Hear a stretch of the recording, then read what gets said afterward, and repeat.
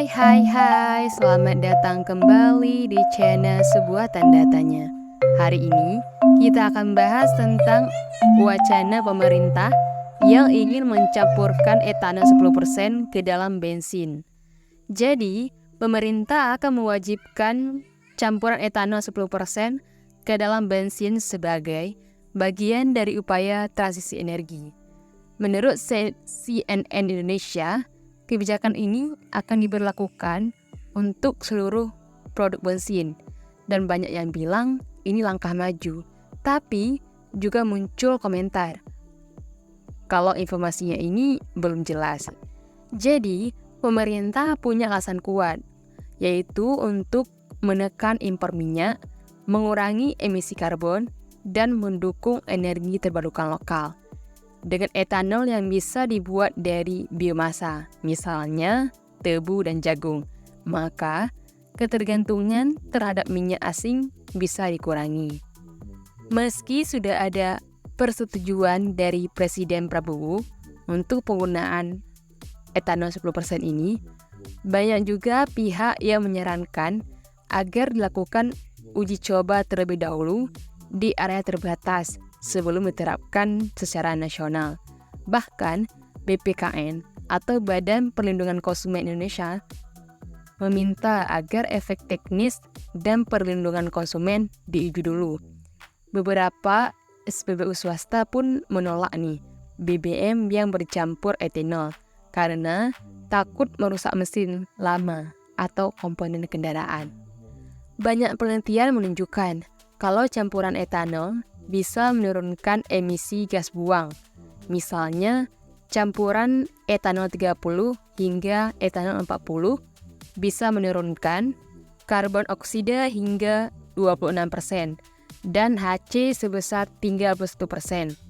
Penelitian di Indonesia juga menemukan kalau campuran etanol 20% pada motor 125 cc dapat mengurangi konsumsi BBM dan menurunkan emisi HC, CO, dan CO2 dibanding bensin murni.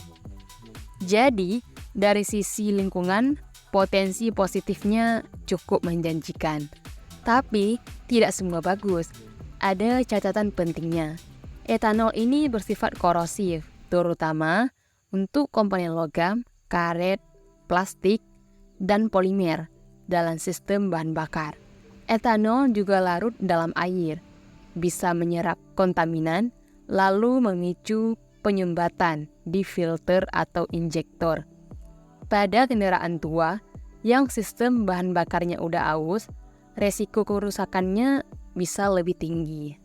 Beberapa studi lokal, misalnya dari Universitas Hasanuddin, menunjukkan kalau campuran etanol bisa memengaruhi titik pembakaran, mempengaruhi tekanan maksimum, daya, torsi, dan efisiensi volumetrik mesin.